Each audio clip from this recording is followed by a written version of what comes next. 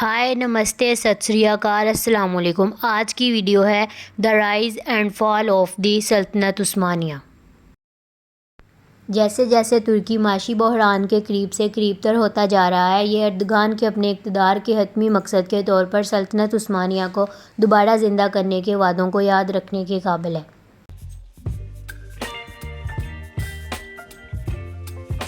2023 تک مصطفیٰ کمال اتاتürک کی طرف سے ترک جمہوریہ کے قیام کی 100ویں سالگرہ ترکی اردگان نے دعویٰ کیا کہ سلطنت عثمانیہ کی اقتصادی طاقت اور عالمی سطح پر اس کے شاندار دنوں میں دوبارہ قبضہ کر لیا جائے گا۔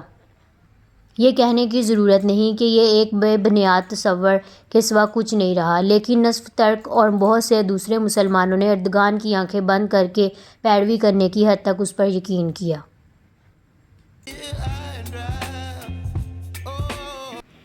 اس لیے یہ معلوم کرنے کے لیے سلطنت کی تاریخ پر نظر ثانی کرنا ضروری ہے کہ سلطنت عثمانیہ اپنے زیادہ تر وجود کے لیے ایک تاریخی انتشار پسندی تھی، جس میں ایسی واضح نظامی کمزوریاں تھیں کہ یہ صرف اس وقت تک قائم رہی جب تک اس نے قائم کیا، کیونکہ آخر تک اس کا مسلسل وجود کام کرتا رہا۔ دیگر یورپی طاقتوں کے مقاصد، چاہے سلطنت عثمانیہ کے آغاز کو 1299 میں عثمان اول کا دور سمجھا جائے یا 29 مئی 1453 کو قسطنطنیہ کا زوال، جیسا کہ کچھ تاریخوں میں مشہور ہے، یہ سلطنت واضح طور پر غیر معمولی لمبی عمر کی تھی۔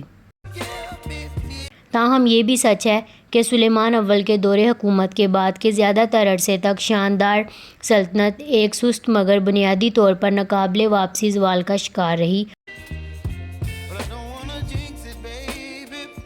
تو یہ سلطنت بالکل کیسی تھی اور یہ کیا ہے جیسے اردگان دوبارہ بنانے کا خواب دیکھتے ہیں۔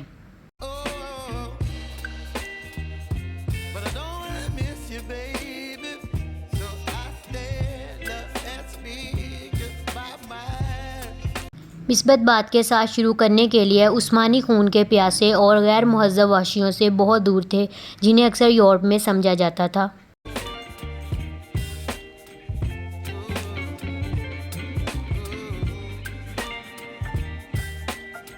قسطنطنیہ کے زوال تک وہ یورپ میں پہلے سے ہی اچھی طرح سے قائم ہو چکے تھے اور 150 سال تک مقامی مسیحی بادشاہوں اور طاقتوروں کے ساتھ اکثر باڑے کے طور پر بات چیت کر چکے تھے۔ اس اہم واقعے کے فوراً بعد محمد دوم فاتح اور سلیمان اول ترکوں کے ذریعے قانون دینے والا کہا جاتا ہے نے کھلے عام امتیازی مسلم شریعت کے بجائے ایک سیکولر عدالتی نظام متعارف کروایا، جسے قانون کے نام سے جانا جاتا ہے، اور آبادی کی غیر مسلم اکثریت کے لیے ایک وسیع خود مختاری جسے باجرہ کہا جاتا ہے۔ 1492 کے اوائل میں، جس سال کولمبس نے امریکہ کو دریافت کیا، عثمانیوں نے بڑی تعداد میں یہودیوں کو اپنا دی جو عثمانوی تحقیقات سے ظلم و ستم سے بھاگ رہے تھے۔ اس کے باوجود سلطنت عثمانیہ کو روادار یا روشن خیال کہنا ایک بہت بڑا مبالغہ آرائی اور تاریخی ناانصافی ہوگی۔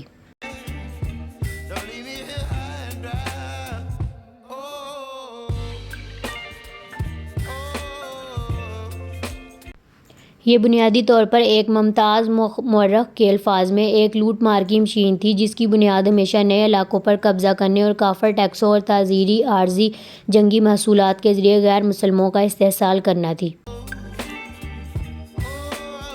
اس طرح جب سلیمان اول کے بعد سلطنت کے فعال علاقائی توسیع ختم ہوئی تو یہ اپنے طویل اور ناگزیر زوال میں داخل ہو گئی۔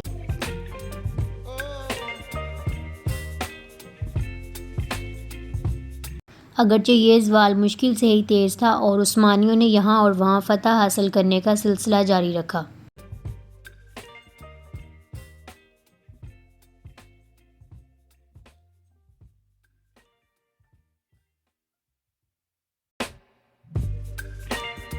لیکن یہ تحریر 1679 میں سینٹ گوتھارڈ میں زمینی جنگ میں پہلی شکست کے بعد اور خاص طور پر ویانا کے دوسرے محاصرے میں تباہ ہونے کے بعد دیوار پر موجود تھی۔ 1683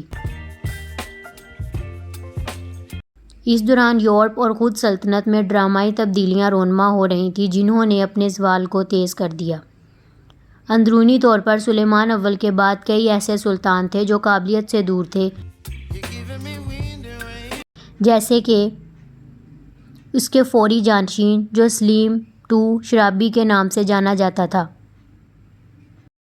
احمد اول کے دور حکومت میں 1603 تخت پر بیٹھنے والے مرد ڈونگوں کو اب معمول کے مطابق برادرانہ قتل کے حکم کے تحت قتل نہیں کیا جاتا تھا، اس کی بجائے انہیں کئی دہائیوں تک حرم میں قید رکھا جاتا تھا، جو کہ سلطنت کے معیار کے لیے بدتر ہو سکتا تھا۔ قیادت لوٹ مار سے اپنی بڑی بیوروکریسی کو مزید وسعت دینے اور اس کی مالی اعانت کرنے کے قابل نہیں۔ پورٹ کو بڑھتی ہوئی عدم اطمینان اور کھلی بغاوتوں کا سامنا کرنا پڑا۔ 1600 کی دہائی کے اوائل میں اناطولیہ کا بیشتر حصہ پرتشدد سیاسی بغاوتوں کی وجہ سے مفلوج ہو گیا تھا۔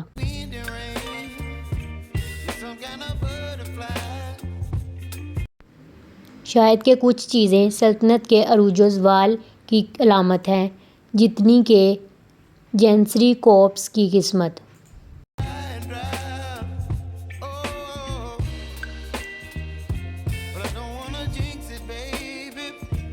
اصل میں غلاموں کو سلطان کی نجی فوج کے طور پر متعارف کروایا جاتا ہے۔ جینیسریز منفرد عثمانی لڑکے کو خراج تحسین کا نتیجہ تھیں۔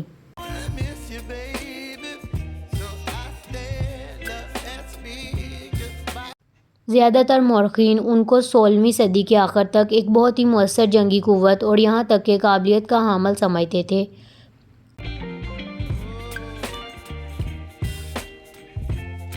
اس کے بعد وہ رفتہ رفتہ ریاست کے اندر ایک جدی ریاست میں تبدیل ہو گئے، جس نے اکثر بغاوت کی، سلطانوں کا تختہ الٹ دیا، مجرمانہ سرگرمیوں میں مصروف رہے اور یورپی خطوط پر اصلاح کی کسی بھی کوشش کی مزاحمت کی جسے وہ کافر سمجھتے تھے۔ بالآخر انہیں اصلاحات پر مجبور کرنے کی بہت سی کوششوں کے بعد 1826 میں محمود دوم کی طرف سے جینیسریوں کے ساتھ وحشیانہ سلوک کیا گیا۔ ایک اور بغاوت کے بعد جینیسریوں نے خود کو اپنی بیرکوں میں بند کر لیا اور سلطان کے توپ خانے سے ان کا صفایا کر دیا گیا۔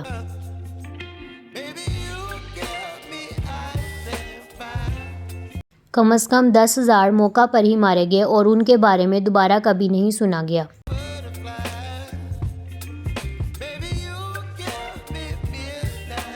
16ویں صدی کے دوران امریکہ میں ہسپانوی توسیع اور پرتگالیوں نے ایشیا میں مصالحہ جات کے کاروبار کے لیے سمندری راستے کا استعمال کرتے ہوئے مشرقی بحیرہ روم کو تجارتی پسماندہ بنا دیا اور اس میں کمی آئی۔ عثمانی تجارتی آمدنی ڈرامائی طور پر